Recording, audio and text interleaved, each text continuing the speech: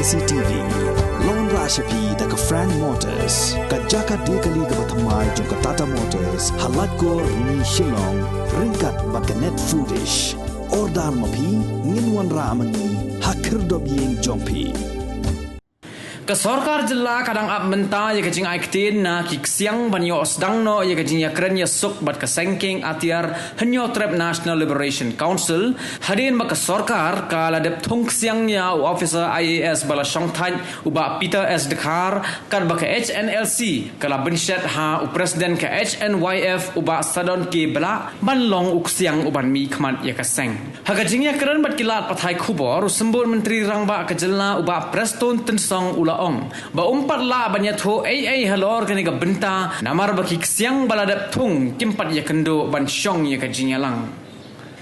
We already left it to the wisdom of the interlocutor.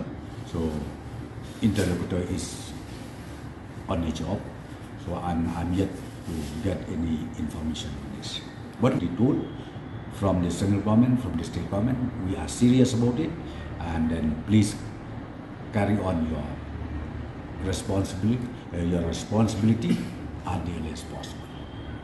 They see that I can't say right now.